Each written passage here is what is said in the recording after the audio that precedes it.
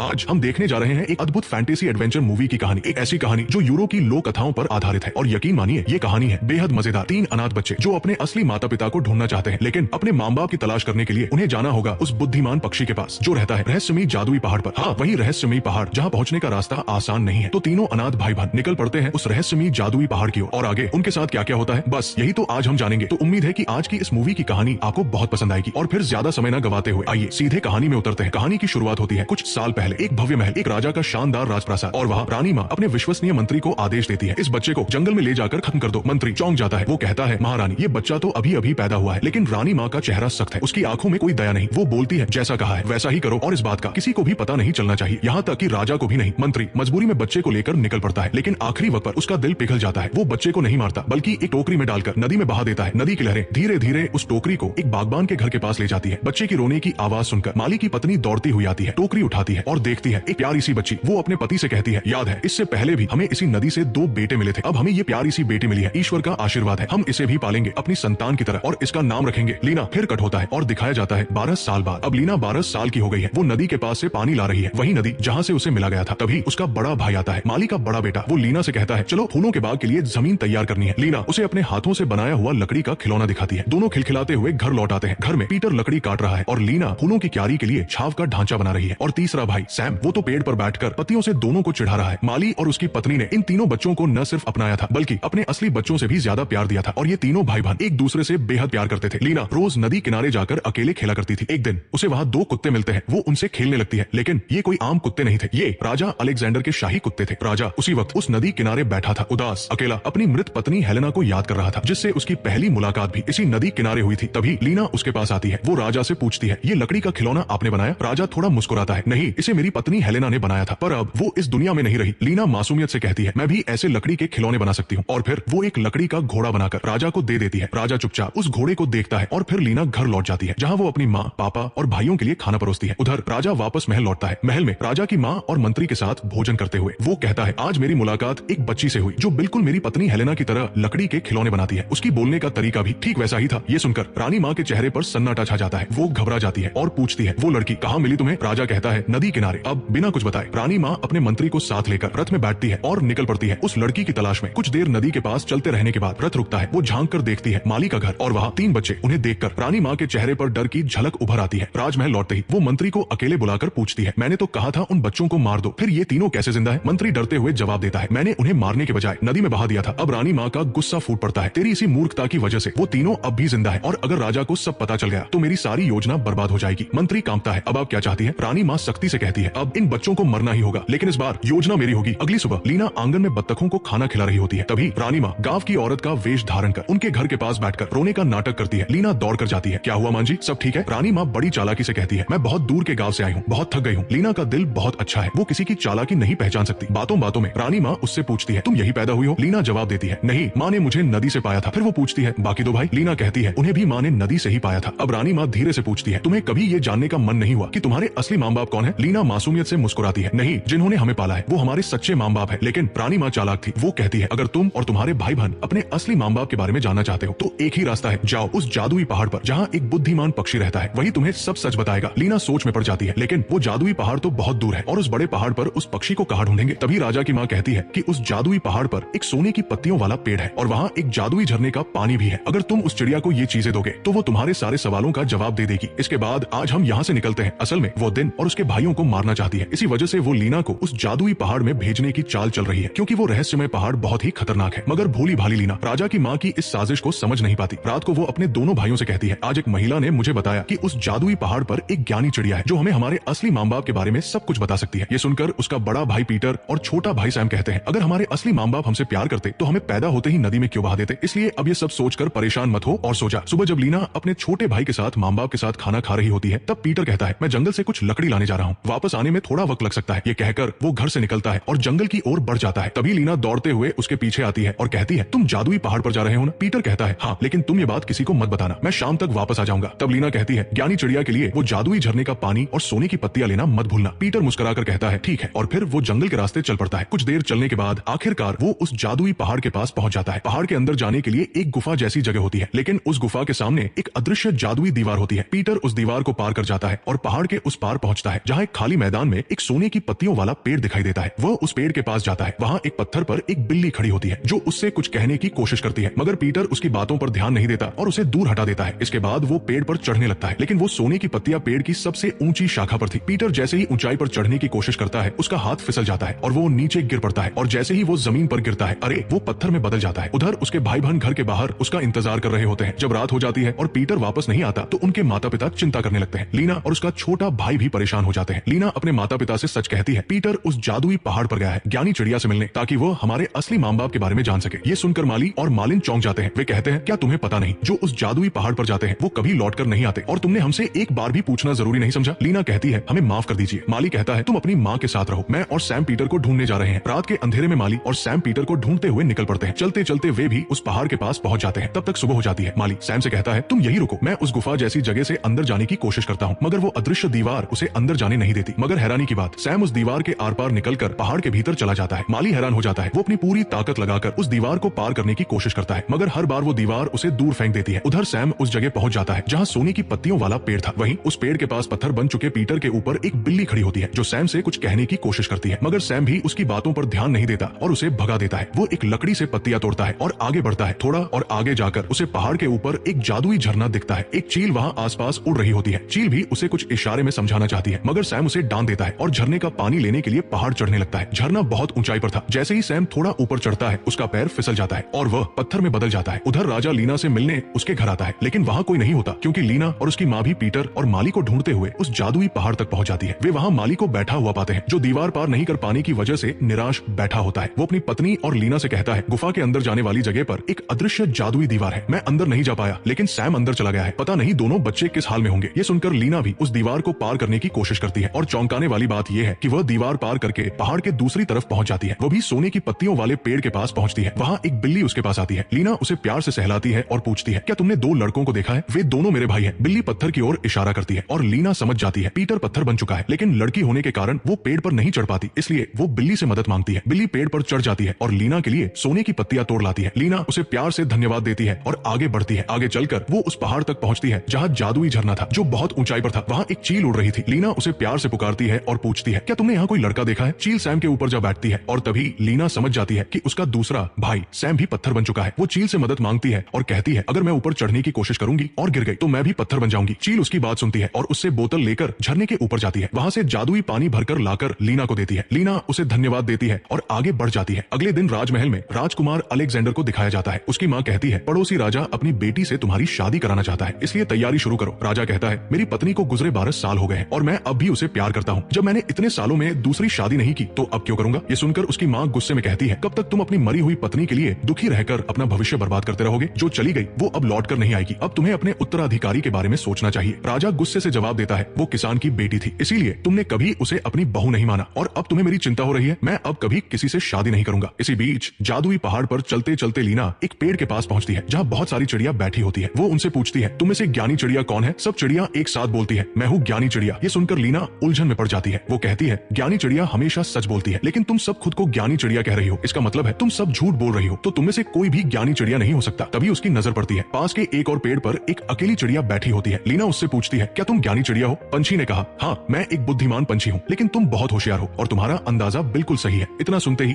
लीना ने उसे जादुई झरने का पानी और सोने के पत्ते खाने को दिए। बुद्धिमान पंछी बहुत खुश हो गया। तब लीना ने उससे पूछा, मेरे दो भाई पत्थर बन चुके हैं, उन्हें इंसान कैसे बनाऊं? पंछी ने जवाब दिया, तुम्हारी बोतल में जो जादुई झरने का पानी है वो अगर तुम उनके ऊपर छिड़को तो वो दोबारा इंसान बन जाएंगे। ये सुनकर लीना उस जादुई पानी की बोतल लेकर सीधे जादू के झरने वाली पहाड़ी पर पहुंची और वहाँ उस पत्थर पर पानी छिड़का जिसके बारे में चील ने बताया था, और तभी सैम दोबारा इंसान बन गया। इसके बाद लीना और सैम पंछी के साथ उस पेड़ के पास पहुंचे जहाँ सोने के पत्ते लगे थे। वहाँ लीना ने बिल्ली द्वारा बताए गए उस पत्थर पर पानी छिड़का और पेटर भी इंसान में बदल गया। तभी पेटर अपनी बहन से बोला, आखिरकार तुमने कर दिखाया। फिर तीनों भाई बहन ने उस पंछी से पूछा, हमारे असली माता पिता कौन है? पंछी थोड़ी देर चुप रहा और फिर कहा, तुम्हारे असली माता पिता राजा अलेक्जेंडर और उनकी पत्नी है। लीना चौंक कर पूछती है, तो फिर उन्होंने हमें नदी में बहा क्यों दिया था? बुद्धिमान पंछी बोला, नदी में तुम्हें तुम्हारी दादी ने बहाया था, तुम्हारे माँ बाप ने नहीं। सन्नाटा छा गया। उसका मकसद था तुम तीनों को मार डालना। ये सुनकर तीनों भाई बहन सन्न रह गए। उन्होंने पंछी से पूछा, लेकिन उसने ऐसा क्यों किया? पंछी ने गहरी सांस लेकर कहा, राजा अलेक्जेंडर ने एक किसान की बेटी यानी तुम्हारी माँ से प्यार कर लिया था। वो दोनों एक दूसरे से बेहद प्यार करते थे। राजा ने अपनी माँ की मर्जी के खिलाफ जाकर उससे शादी की और यही बात तुम्हारी दादी को नागवार गुजरी। वो चाहती थी कि राजा किसी राजकुमारी से शादी करे। इसलिए उन्होंने तुम्हारी माँ को रास्ते से हटाने की साजिश रची। तुम्हारे जन्म के बाद उन्होंने अपने सलाहकार को बुलाकर कहा कि तुम तीनों को जंगल में ले जाकर मार डाले। उन्होंने राजा और रानी को कभी ये नहीं बताया कि तुम तीनों जीवित पैदा हुए थे। हर बार झूठ बोलती रही, बच्चा पैदा होते ही मर गया, इसीलिए तुम्हारी माँ हमेशा दुखी रहती थी। लीना फुसफुसाई, क्या वो दुखी हमारी माँ की मौत का कारण बना? पंछी बोला, नहीं, तुम्हारी माँ मरी नहीं है, वो आज भी जिंदा है। लीना चौंकी, लेकिन राजा ने तो कहा था कि रानी मर चुकी है। पंछी बोला, राजा अलेक्जेंडर को भी नहीं पता कि उसकी पत्नी जिंदा है। उसकी माँ ने एक अजनबी की टूटी फूटी लाश उसे दिखाकर कहा था कि रानी मर चुकी है। ये सब सुनकर लीना अपने भाइयों को लेकर राजा को सब सच बताने के लिए निकल पड़ी। लेकिन तभी पंछी चिल्लाया, अभी मेरी बात पूरी नहीं हुई, एक गहरा राज अभी बाकी है। लेकिन तीनों भाई बहन ने उसकी पूरी बात सुने बिना ही जादुई दीवार पार की और बाहर आ गए। वहाँ माली और मालिनी उनका इंतजार कर रहे थे। बच्चों को जिंदा और सुरक्षित देखकर वो दोनों बहुत खुश हुए। लीना ने उन्हें बताया, बुद्धिमान पंछी ने हमें बताया कि राजा अलेक्जेंडर और रानी ही हमारे असली माता पिता है और रानी अब भी जिंदा है। हमें जल्दी से राजा तक ये बात पहुंचानी होगी। माली और मालिनी ने उनका साथ देने का फैसला किया। उधर महल में राजा की माँ उस पर दूसरी शादी के लिए दबाव डाल रही थी, लेकिन राजा ने उसे मना कर दिया। फिर माली और उसका परिवार एक घोड़ा गाड़ी में सवार होकर महल की तरफ निकल पड़ा। कुछ ही देर में वे महल पहुंच गए। माली और मालिनी बाहर रुके और भाई बहन महल के अंदर गए। वहाँ उन्होंने राजा के मुख्य सलाहकार को देखा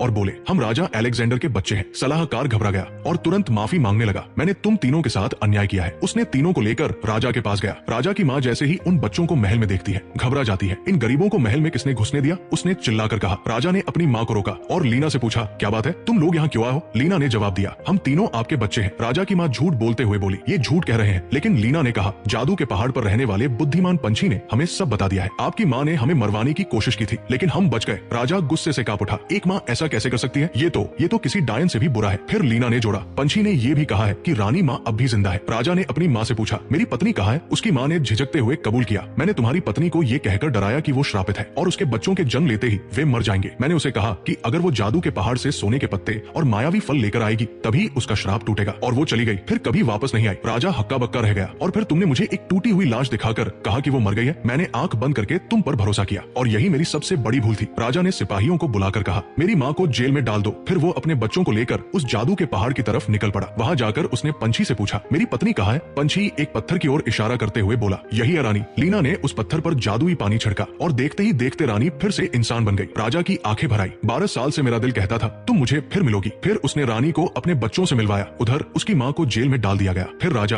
रानी और बच्चे माली के घर पहुंचे। बच्चों ने मालिनी से कहा, आपको लगा होगा कि हम आपको भूल जाएंगे, लेकिन ऐसा कभी नहीं होगा। राजा और रानी ने माली और मालिनी को धन्यवाद कहा। आपने हमारे बच्चों को पाल पोस कर जो किया है वो हम जिंदगी भर नहीं चुका सकते। आपको हमारे साथ महल में रहना ही होगा। माली और मालिनी मान गए। अंत में सब साथ बैठकर खाना खा रहे थे। तभी रानी बोली, इस परिवार पर एक श्राप था और सिर्फ राजा और उसके खून वाले ही जादू के पहाड़ के भीतर जा सकते थे। और यही फैंटास्टिक फिल्म की कहानी खत्म हो जाती है। तो दोस्तों, कैसी लगी ये जादुई कहानी? कमेंट करके जरूर बताना और ऐसे ही और रहस्यमय कहानियों के लिए चैनल को सब्सक्राइब करना मत भूलना।